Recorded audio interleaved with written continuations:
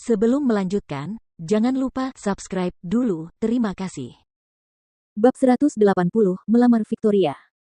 Pria berkacamata itu tampak berusia setidaknya 50 tahun, dan dia sedikit gemuk. Namanya Russell Miller, orang terkaya di Houston dan pemilik perusahaan bernilai ratusan miliar. Victoria kehilangan kata-kata saat dia melihat Russell. Tiba-tiba dia teringat saat dia menjadi simpanannya 7 tahun yang lalu. Masuk ke mobil, kata Russell lembut dengan nada yang tidak bisa dibantah. Victoria membuka pintu mobil dan masuk, tampaknya hanya berdasarkan naluri. Setelah masuk ke dalam mobil, aroma feminin memenuhi seluruh mobil. Russell menggulung kaca jendela mobil lagi, dan sopir tadi juga berdiri di luar mobil tanpa masuk. Mereka berdua duduk dengan tenang di kursi belakang mobil yang diparkir di pinggir jalan, dan jendela mobil yang berwarna gelap menghalangi mereka untuk diketahui. Russell menatap Victoria. Pada saat ini, lelaki tua ini, yang tampak tua dan kuyuh, tiba-tiba bersinar lagi. Benar saja, wanita selamanya merupakan satu-satunya eksistensi yang dapat membangkitkan minat pria. Kamu masih secantik dulu, dan faktanya, kamu jauh lebih feminin sekarang. Russell memegang tangan ramping Victoria. Victoria berkata dengan nada bermusuhan, kamu sudah tua.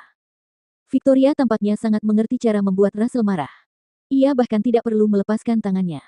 Yang perlu dilakukannya hanyalah mengucapkan satu kalimat untuk membuatnya melepaskannya. Russell tersenyum getir dan berkata, benar sekali.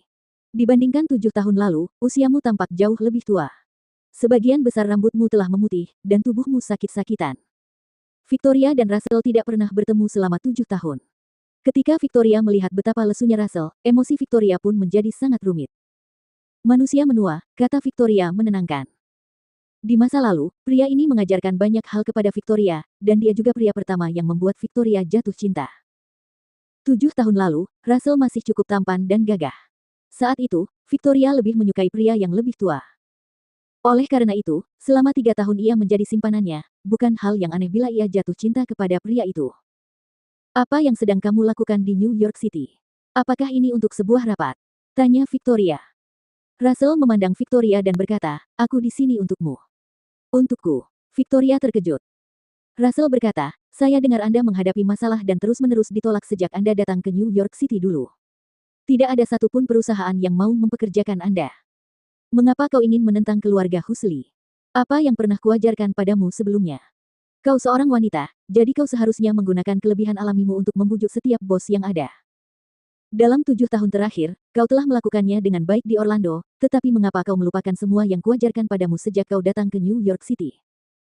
Suara Russell semakin keras, dan ia terdengar seperti orang tua yang sedang memberi pelajaran kepada juniornya. Victoria telah dilatih oleh Russell, jadi tentu saja, dia layak mendidik Victoria. Victoria memiringkan kepalanya ke samping dan berkata dengan keras kepala, aku sendiri yang memilih ini. Kau tidak perlu repot-repot. Russell mengulurkan kedua tangannya ke leher Victoria dan memutar kepalanya ke belakang lagi. Dia berkata, bagaimana mungkin aku bisa mengabaikanmu? Jika aku meninggalkanmu sendiri, membiarkan para gangster yang tidak kompeten itu terus merayu kamu saat itu, melihat adikmu terus diganggu di sekolah, apakah kamu akan berada di tempatmu saat ini? Victoria menundukkan kepalanya dan meletakkan tangannya di roknya dengan patuh. Aku punya pacar, kata Victoria tiba-tiba. Russell melepaskannya lagi dan mendengus dingin. Aku tahu, namanya Jordan Stelle, kan? Dia juga tampak lebih muda darimu, dan dialah alasanmu menyinggung keluarga Huxley, iya.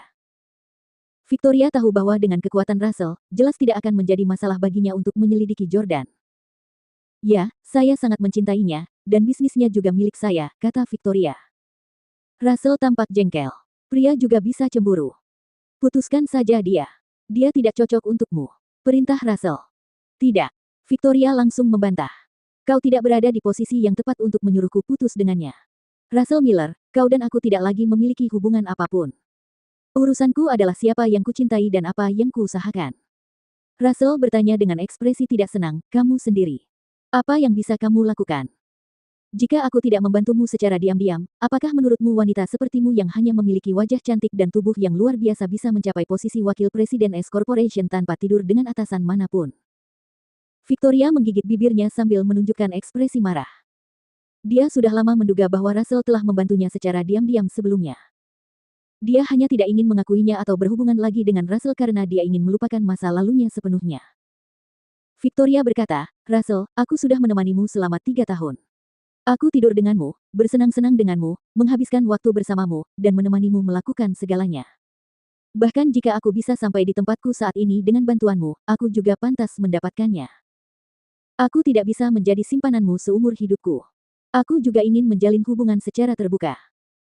Melihat betapa bersemangat dan emosionalnya Victoria, Russell teringat bagaimana Victoria dulunya adalah seorang mahasiswa yang berhati murni. Dialah alasan mengapa Victoria menjadi wanita yang menawan dan bijaksana. Dia juga merasa sangat berhutang budi kepada Victoria. Russell sekali lagi memegang tangan Victoria dan berkata, Victoria, aku tahu aku telah memperlakukanmu dengan buruk dengan membuatmu tetap menjadi simpananku selama kita bersama. 7 tahun yang lalu, kau memaksaku untuk menikah denganmu, dan jika aku tidak mau, kau akan meninggalkanku. Saat itu, aku tidak bisa menceraikannya, dan aku juga tidak bisa menikahimu.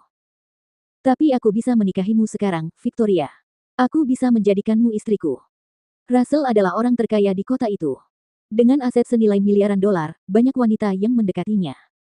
Victoria sedikit terkejut. Apakah kamu tidak takut lagi pada istrimu?